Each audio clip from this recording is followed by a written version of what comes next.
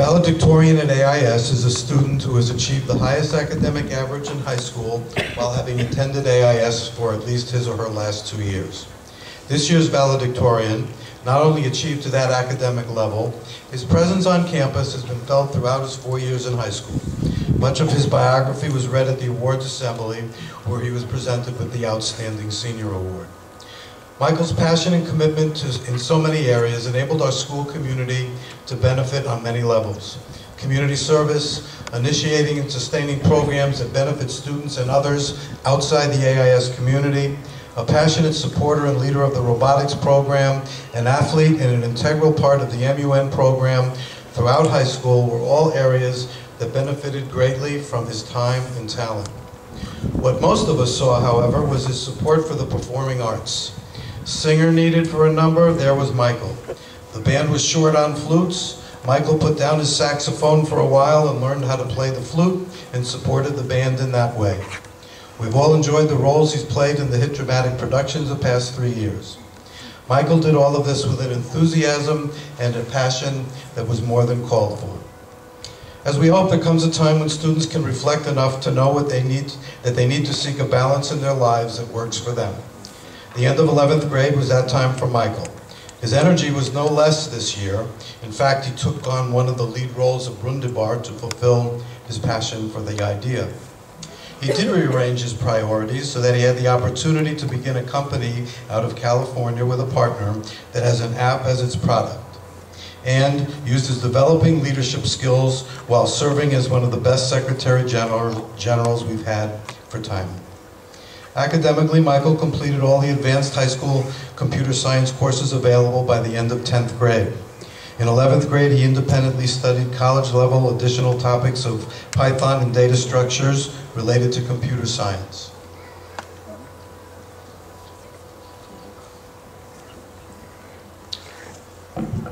We all remember the MUN speech that he gave and the opening ceremonies, and it's my pleasure to introduce Michael Matias, and I'm sure that we will be awed once more. Michael, I call you to the podium.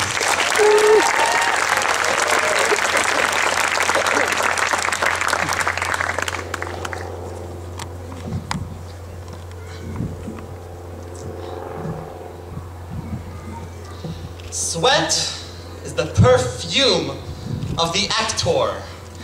Wise words by our own Liran Yacobi.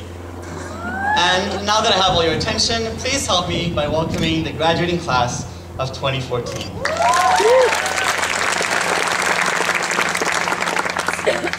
Mr. Gates, board members, you know what? Just give me a couple seconds, okay? Class of 2014. Before I start my speech, there is one thing that I have to do, and that is really applaud each and every single one of you that is sitting here today with me. I've known some of you for 7 years, some for just 1 year, but each and every one of you has had such a major impact on my life that I can't even describe in words right now.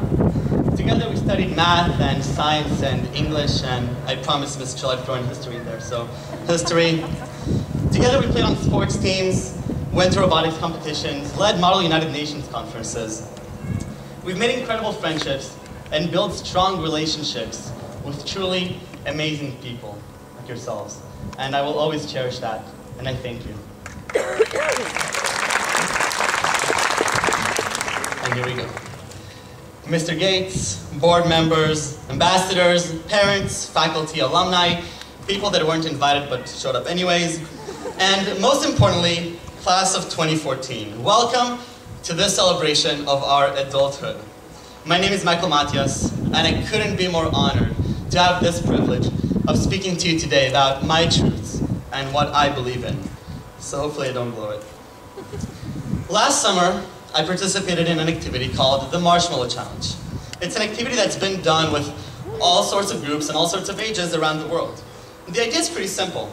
In 18 short minutes, teams of 4 have to build the tallest freestanding structure of only a couple materials.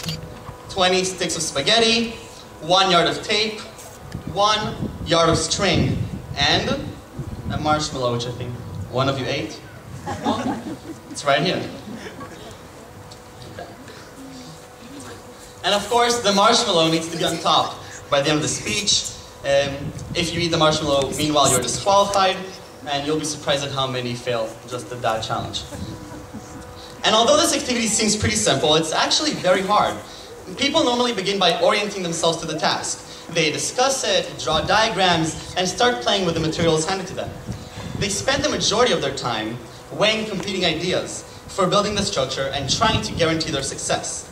Then, just as they're running out of time, they take the marshmallow and proudly stick it on top. And they stand back and ta-da! They admire their amazing work. But what typically happens is that this ta-da moment very quickly turns into the uh-oh moment as the weight of the marshmallow collapses the entire structure. And then, of course, one of the team members goes on to eat the marshmallow as comfort food. So, how do different groups fare when taking the marshmallow challenge? Believe it or not, the worst are the recent business school graduates. The best, kindergarten students. They not only produce the tall structures, but the most interesting and creative ones too.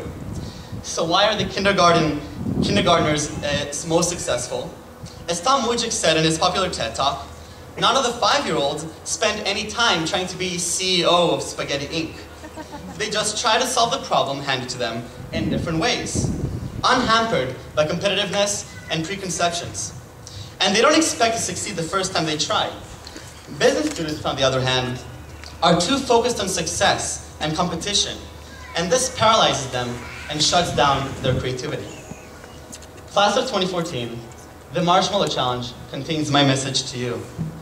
It seems like a simple activity, but in essence, it represents life. The heaviness of the marshmallow stands for the obstacles that are in our way to our goals and desires. The spaghetti sticks, tape, and yard represent the goals, the tools we've received in the last 18 years as we try to achieve our goals. Our education, our family, our friends, and our experiences from the last 18 years. We put them together in a bundle and try to create some form of sustainable structure. And the goal is common for all of us. Make the structure as high as possible. Aim for the sky. And the final structure, beautifully assembled and sky high, is the place we wish to get to. The job we want to have, the lives we want to lead, the partner we want to fall madly in love with. So I urge you, my friends, when building your marshmallow tower, to think with the knowledge of a high school graduate, but with the openness of a kindergartner.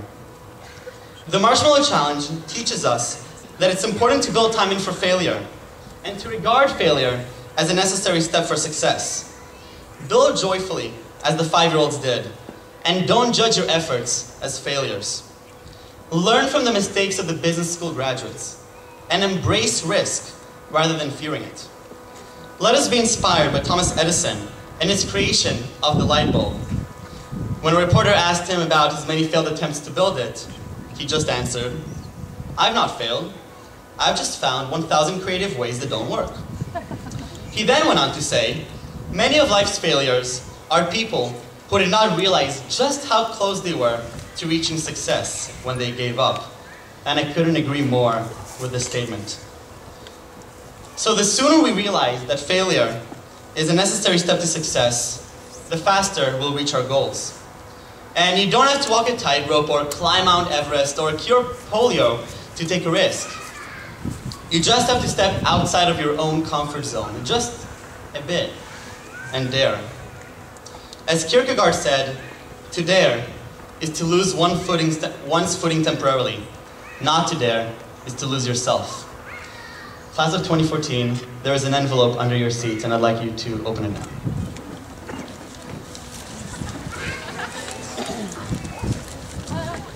So if there was only one thing that I could put in my suitcase for the journey of life, it would be the courage to fail and dare. And my journey to this moment and this place as valedictorian is not just about my learning to be a successful student. It's about AIS and the amazing environment it creates for learning. For me and for everybody else that's on stage today. So when I look around the senior class, I see many kinds of successes. Camry mentioned a couple of them. Athletes, artists, musicians, scientists, politicians, trained procrastinators, and more.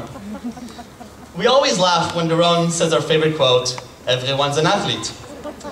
And although this is targeted to those playing sports, each student here on stage today is an athlete in his own way. Maybe a math or science or a musical athlete, but an athlete. And the world is our playing field, and each one of us has his or her unique sport. So don't be afraid to be different, do what you love and what you're good at. Talent will find a way to reveal itself. And just last week I was sitting on the bench over there, and when a friend came up to me, and she asked me what I was doing. And I just said, taking it all in. And it's a bit cheesy and a bit cliche, but it's very, very accurate.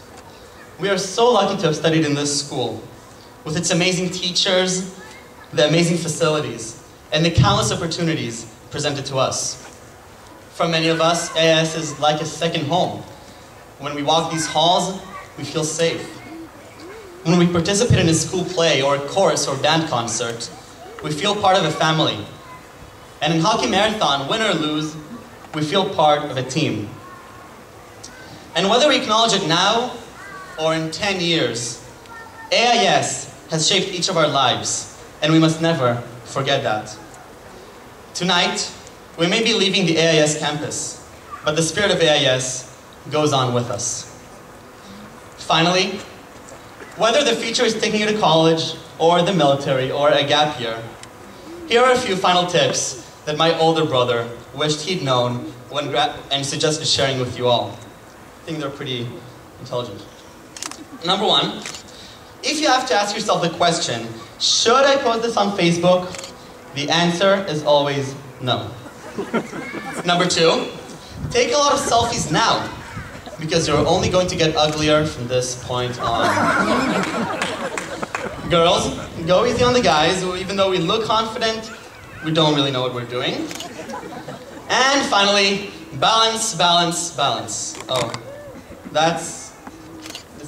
Did you put this in here? Anyways, thanks, brother. Now that we're ready to tackle life, embrace failure, and appreciate what's been given to us until now, there's only one thing left to say. Congratulations to the class of 2014, and thank you to everyone that helped us get here.